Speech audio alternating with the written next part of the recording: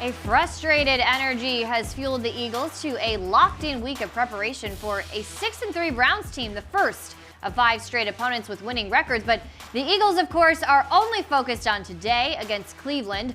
A win over the Browns in 2016 marked the Eagles' debut for Carson Wentz and Doug Peterson, and we'll see if they make it happen again here. Here is your weather report from our friends at NBC 10. It's in the 30s, 100% chance of participation. That is a November football game in Cleveland for you. We'll see how that affects this week's matchup. I am glad to be indoors right now. Great to have you with us here on the Kickoff Show presented by Axalta. I'm Amy Campbell, joined by Fran Duffy. And Fran, of course, not the season Philly had hoped for so far, but the team is eager to get out there today and turn things around. Yeah, absolutely. And I think really you look at this next stretch of games, 5 straight matchups against teams with winning records. And this is an important stretch for the Eagles. It all starts today. You can only go one at a time. They got to find a way to beat the Browns here today off of Lake Erie and all the elements out there in Cleveland.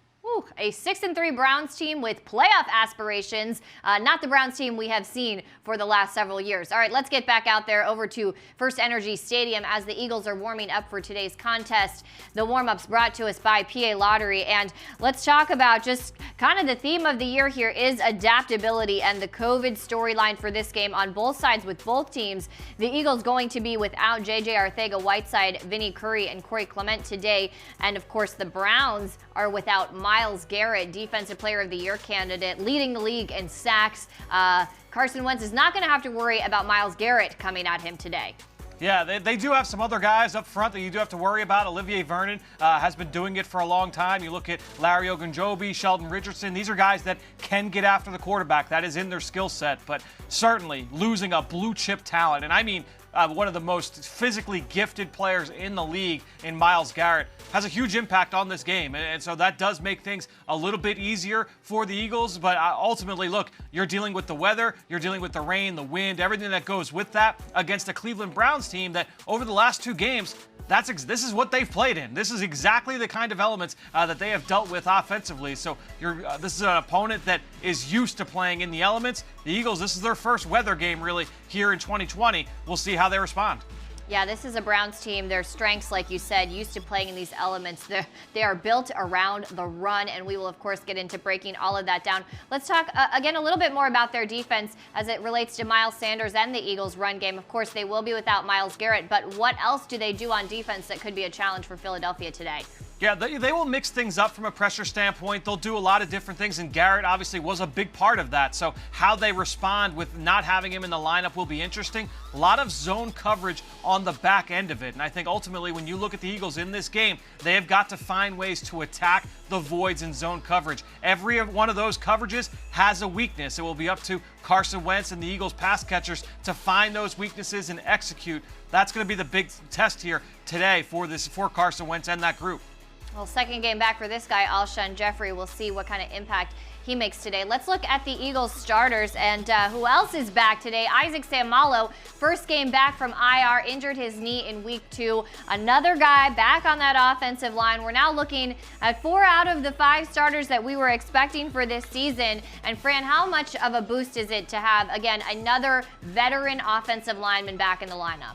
It just helps everybody. It helps Jason Peters. It helps Jason Kelsey. It helps Carson Wentz. It helps Miles Sanders, right? Everybody feels a little bit more confident knowing that you've got your left guard back in the lineup. So as these guys start to get back together, we talked about this last week. We talked about it the game before against Dallas. Everybody starts to kind of get back into their comfort zone, lean on what they've done, because remember, these guys have been playing together for a few years now, so all these guys can now lean into each other and really kind of get together. They're going to need to go on a run here, right, and win a couple games to help secure, to pad that lead in the NFC East. Again, it all starts today. They got to figure out a way to beat this Browns offense. Well, and we're talking about this weather. Running the ball is going to be key here. And, of course, when you talk about that with this Eagles team, we're going to start with Miles Sanders. Second in the NFL in yards per carry with 6.0. Trails only Nick Chubb, who has 6.1. Sanders is also 4th in the league in yards per game, 86.5 yards per game. A key today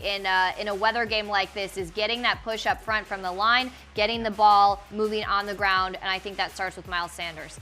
And I think when you look at this Cleveland defensive line, their weakness, I would say, is their ability to anchor inside. You look at those two defensive tackles. I think Ogunjobi is solid against the run. Sheldon Richardson, you can really move off his spot. The Eagles have faced up against him numerous times over the last few years, and they've had a lot of success moving him with double teams. So that's something I'll be watching today, especially in this rain. Can the Eagles get the run game going against that defensive front? If you can get those offensive linemen up to the linebacker level, get on those guys, I think that will really pay dividends ultimately in this matchup, especially dealing with the weather. Well, and the Eagles elevated running back Elijah Holyfield as well for this game. College teammates there with Nick Chubb there at Georgia. That's right. All right, let's take a look at the Eagles starters on defense. And right away, what's jumping out to me, those defensive tackles, Fletcher Cox, Javon Hargrave, and the other guys that we're going to see rotating in there, plugging the middle against the Browns' run game, to me is going to be a huge part of this game. How key is what these guys in the middle for these guys in the middle? How key are they today? It's going to be very, very important. I think when you look at this Cleveland offensive line, it's one of the best in football. They've got a rookie first-round pick, Jedrick Wills, at left tackle, but then it's a bunch of really just tough, hard-nosed veterans across the line from them. And Wills has had a good year, but you look at Joel Bitonio at left guard, J.C. Treader at center, Wyatt Teller at right guard, Jack Conklin at right tackle, although it looks like he's banged up into this matchup. But still, those interior three, that makes for a heavyweight matchup against what the Eagles have on the interior of the defensive line. But ultimately, when it gets to Nick Chubb and Kareem Hunt, those two running backs, it's going to take a full team effort. All 11 guys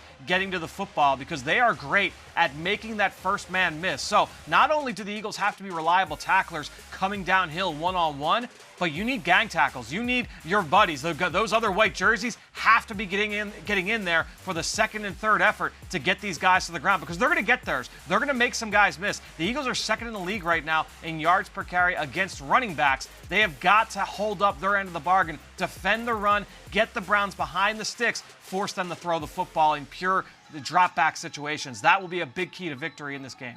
Well, Fran, I think what you just said that is an important distinction is how the Eagles stop the run against running backs.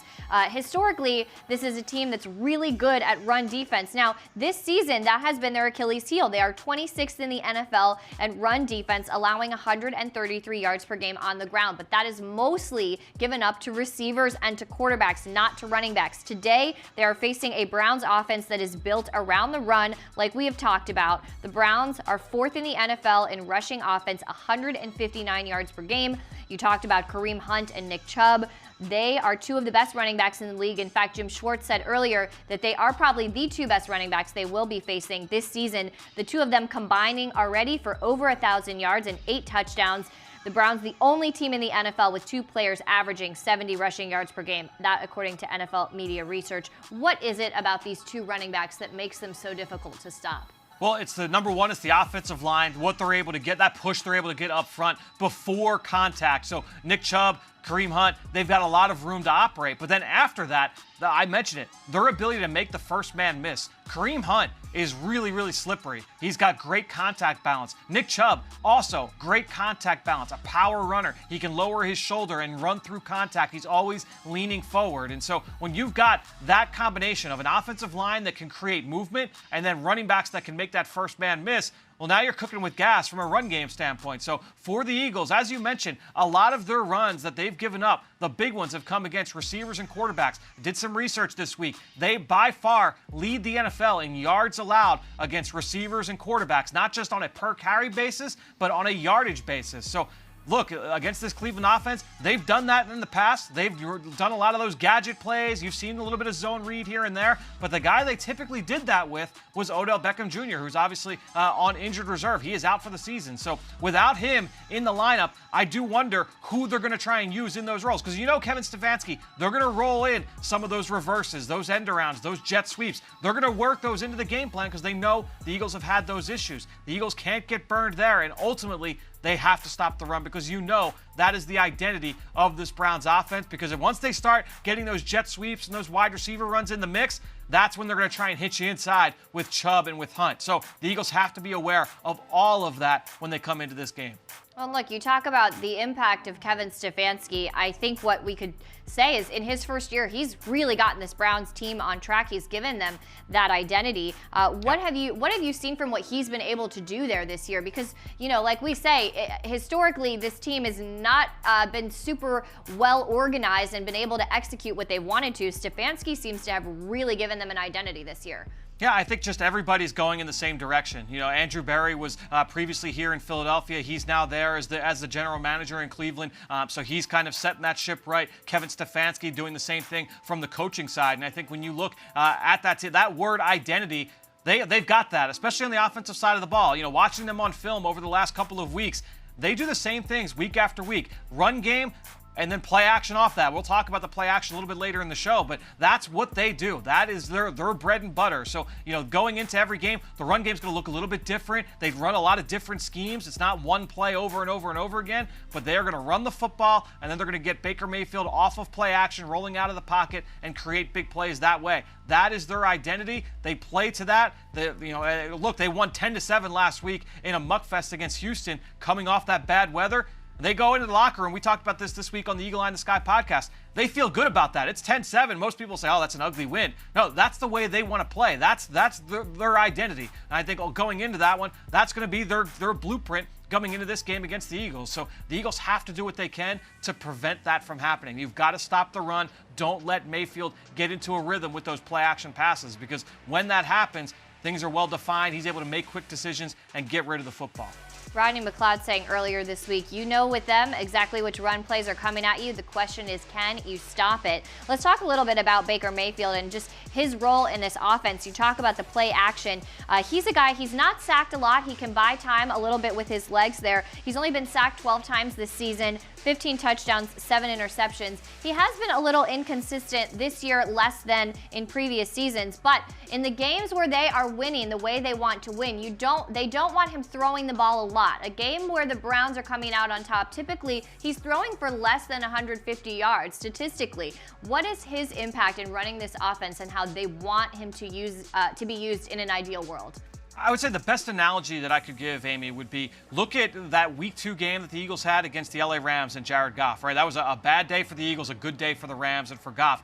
But when you look at Goff's final numbers, you say, man, like, he had a great game. But then you watch the film or you just watch the game and you say, you know, I don't know if he made any really big throws, right? It was a lot of easy stuff, short, intermediate, getting him roll out of the pocket, easy throws. And that's kind of how it is here with the Browns and with Baker Mayfield. They're not asking him to straight drop back in the shotgun and throw it 40 times in a game. That's not their blueprint for success. That's not the way that they're going to win. But when they just say, hey, you're going to throw it 17 to 25 times, and a lot of that's going to be screens and rollouts, it makes things a little bit easier for the quarterback and allows him to have success, build confidence, and then every once in a while, hey, we're going to take a shot down the field, and it's going to be well designed, it's going to be well defined for him. So, you know, it's a really easy read of the coverage. They've had success doing that. They'll continue to do it. Discipline key for the defense, really for everyone in this game. Let's talk a little bit more about the offense and about Carson Wentz today.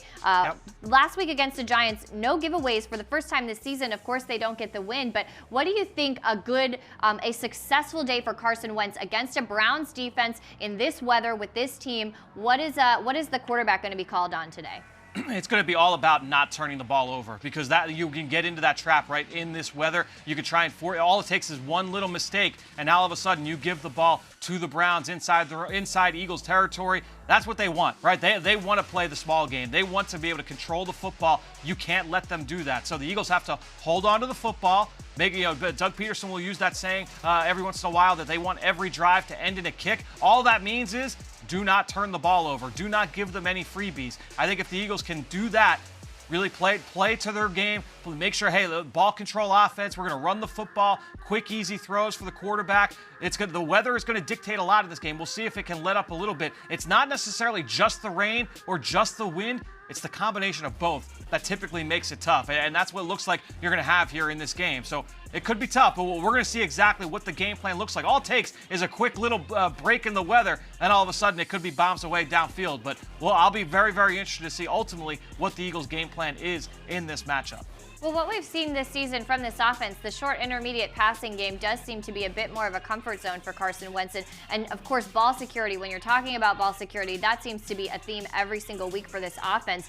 The Browns are 6th in the NFL in turnover differential. They're at +4, and they have 14 takeaways this season. So certainly ball security going to be a huge part of this. I am really excited to see when Alshon Jeffrey really heats up, especially with him and Fulgham out there. And I don't know if that day is going to be today, given the weather and the way that you kind of want to win a game like this, Fran, but I just can't wait until we really see the impact of Fulgham and Jeffrey out there. I agree, and the big thing just to keep in mind with those turnovers for the Browns, a lot of those created by Myles Garrett, who, again, not going to be playing in this game. So whether it's forced interceptions or forced fumbles, pressures on the quarterback, a lot of that taken out of the equation here with this Browns defense. Yeah, Dallas Goedert saying earlier this week, I thought he put it well. They are a great defense. They have more than Myles Garrett, but you feel a little more comfortable when you don't have to be looking for Myles Garrett out there. All right, thanks again to PA Lottery, of course, for bringing us the Eagles warm-ups today and always. And now we're going to send it over to the other side of the NovaCare complex and check in with the Eagles insider, Dave Spadaro. And Dave, let's talk about the week of prep for the Eagles leading up to this one. What approach has Doug Peterson taken to getting the Eagles back on the winning track this week? Amy, it was certainly a week of self-reflection, a lot of emotion. We saw Doug on Monday in his WIP interview, very vocal, same with the media later that day. And he's asking the players to look at themselves, okay, and make sure that you detail all of your habits at practice. And we heard Brandon Graham speak about that. And then Carson Wentz met with the players as he broke down post-practice during the week. So a lot of talk coming from the Eagles. I think Doug certainly understands how urgent today is, right? You have very little time now to turn the season around. The start of a 5-game stretch against +500 teams. So Doug was kind of brought the hammer down a little bit this week in practice. We'll see what it means today, but certainly put on notice by head coach Doug Peterson. So with that in mind, with the mindset here in the NovaCare complex this week, Dave, what's the storyline for you going into this game? Well, look, the storyline for me is the Eagles' offense struggling so much. We talk about third down all the time, 0 of 9 last week, but they were terrible on first downs and second downs, and they really have been very much a struggle for them all season. So can this Eagles' offense, playing against a Browns defense that, with Myles Garrett, is formidable because he's got 4 strip sacks, he's got 9.5 quarterback sacks. He's not playing today. Eagles have to take advantage. The storyline for me is, can they put together a complete game? They've got Lane Johnson back for second consecutive game. Isaac Seumalo's starting at left guard. Alshon Jeffrey is ready to play after dipping his toe in the water last week. Can the Eagles play 60 minutes, get a lead on this Cleveland Browns team? That's the only way the Eagles are going to win. Coming from behind, going to be very tough to do. So, Dave, for you, what do the Eagles need to make sure they execute if they want to leave Cleveland with a win? Well, I think that we've talked about it all week, right? Stopping the run. What was disturbing last week watching the Eagles and the Giants play, the way the Giants were so much more physical than the Eagles, knocking back Eagles defensive players. And so today, going against 2 very physical, very powerful running backs, Eagles have to be aggressive. Eagles have to play downhill, make sure they don't overcommit, because I do expect the Browns to do some of that misdirection, some of those bootlegs, get Baker Mayfield out of the pocket, Jarvis Landry, maybe a touch here and there in an unconventional manner. Eagles have to win on first and second down against the run. They've got to be more physical than the Cleveland Browns. All right, we'll see how it goes today. Dave, thanks so much. We'll catch up with you after the game. All right, guys. Look forward to it. Big one. Woo! Yeah, I'm pretty pumped for this one. All right, Fran, what about for you? What will this matchup come down to the Eagles executing? Yeah, I think, right off Dave's point, you talk about stopping the run and the change up off of that. Dave mentioned as well, the play-action bootleg, right? So you're going to run one way, and then the quarterback's going to roll out the other. That's how they create the majority of their explosive plays. You watch that film, that's what they do time after time after time. And here's just a quick look at that. Again, you're going to get outside to one direction, and then you're going to roll the quarterback out the opposite way. And that's going to play games with those guys at the second and third level of the Eagles defense, because you're going to have all kinds of different route concepts. You might get just a simple two-man route out of max protection. That's going to protect the quarterback. You might get 3-level stretches where you've got flooding the zone on one side of the field. You're going to see a couple examples of that here. What that does is it puts the onus on the linebackers, on the safeties, on the nickel corners, all those guys at the second level. Once you see that it's not run, now you've got to get back into coverage, plaster those receivers, get into passing lanes, prevent the quarterback from getting rid of the football quickly. That allows the defensive line to get home. So you need those guys not just to play contain at defensive end, but then they've got to be able to react and have time to get home. If the quarterback's able to get rid of the ball quickly, that defensive end's not going to be able to get there. It's going to be a full team effort to stop the bootleg, keep Baker Mayfield from making those big plays. Again, most of their big plays in the passing game, they come off plays just like that.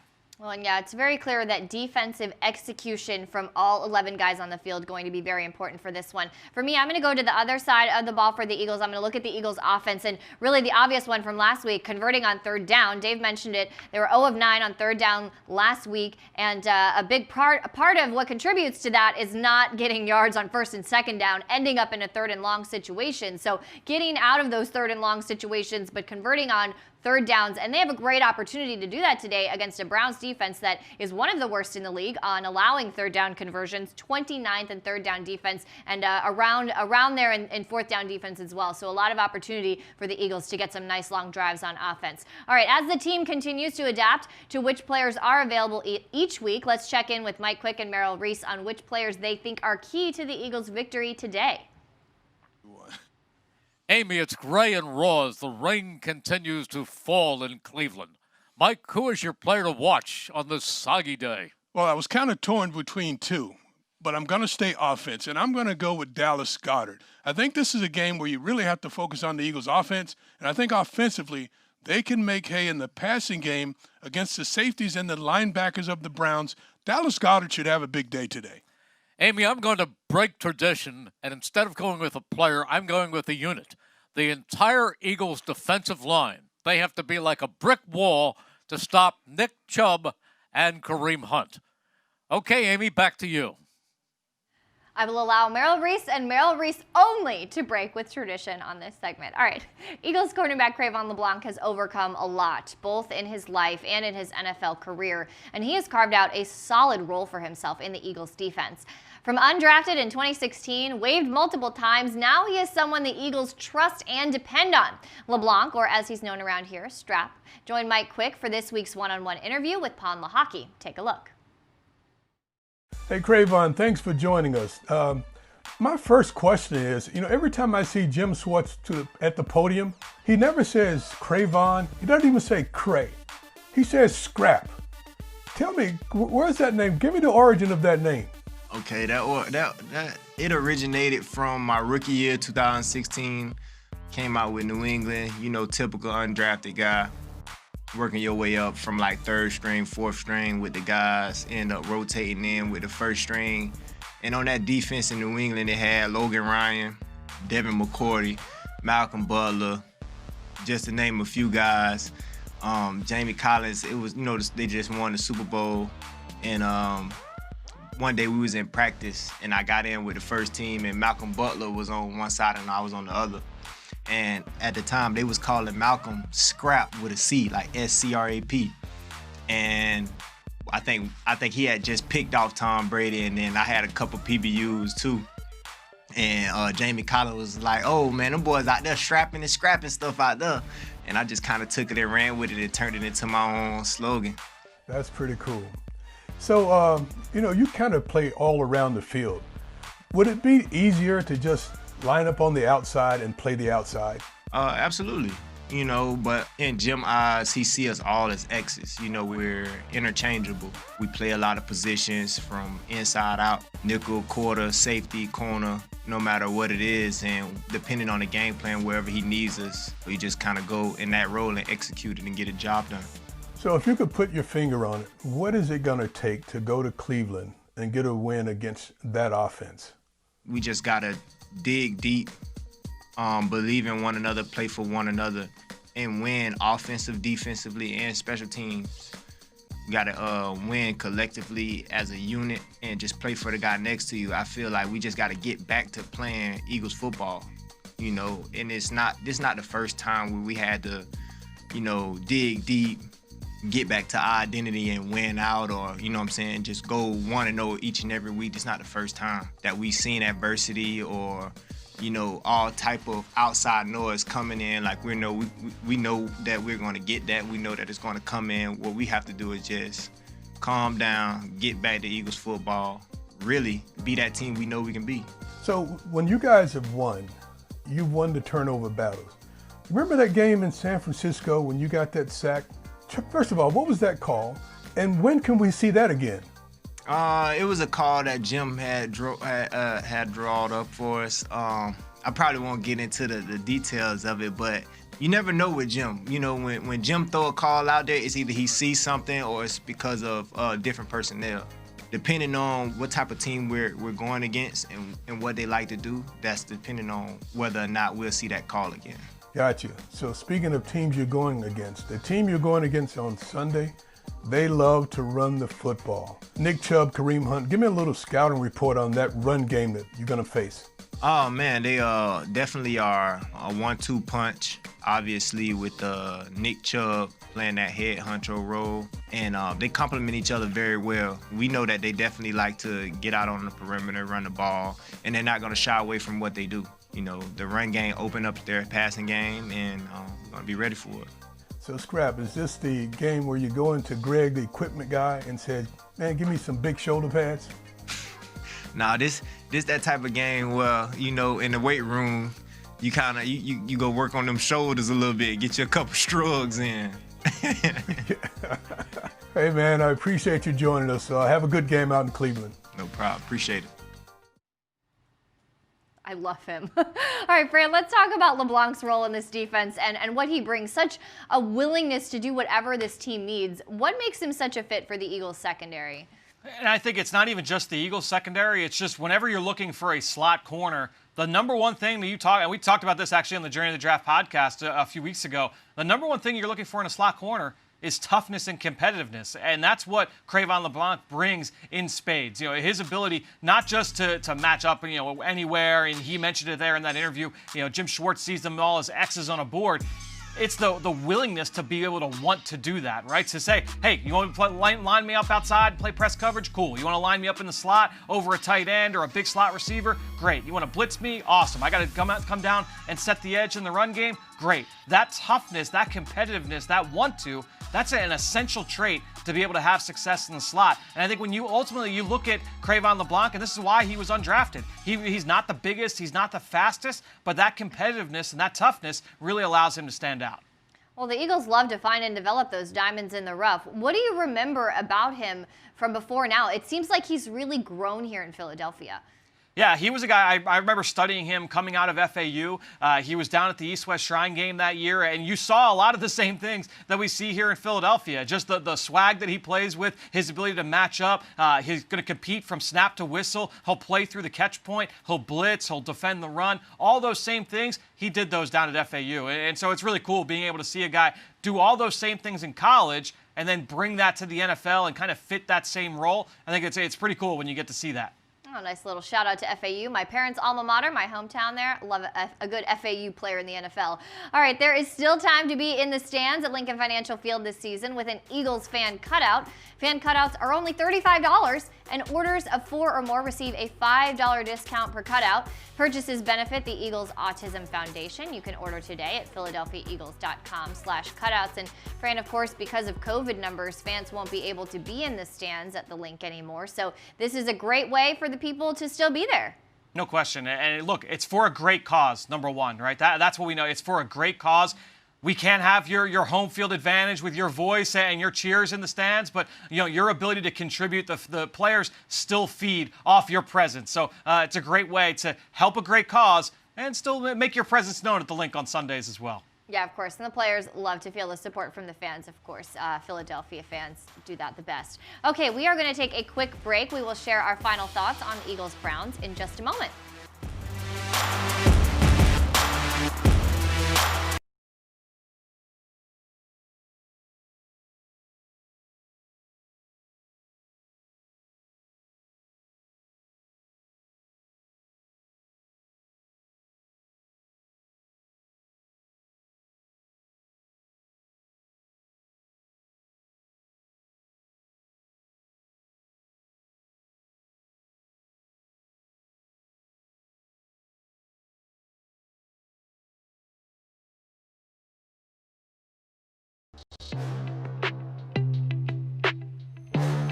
The Philadelphia Eagles and Axalta Coating Systems are building a roster of all-pro teachers.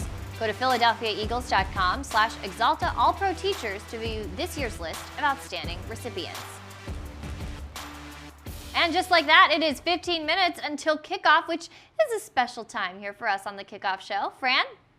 Yeah, I mean, 15 minutes left till kickoff. What does the number 15 mean to me? Well, Travis Fulgham averages 15 yards per catch. We'll see if that keeps up here today. But 15 minutes, you could save 15% or more on your car insurance by switching to Geico. A great way to spend the next 15 minutes until we see what Travis Fulgham does today. Okay, it is about that time, so remember to join us as soon as the game wraps up for instant reaction and analysis on the post-game show presented by Rico, where we'll hear from players and coach live. So another tough matchup on tap for the Birds in Cleveland today, and we will see you on the other side.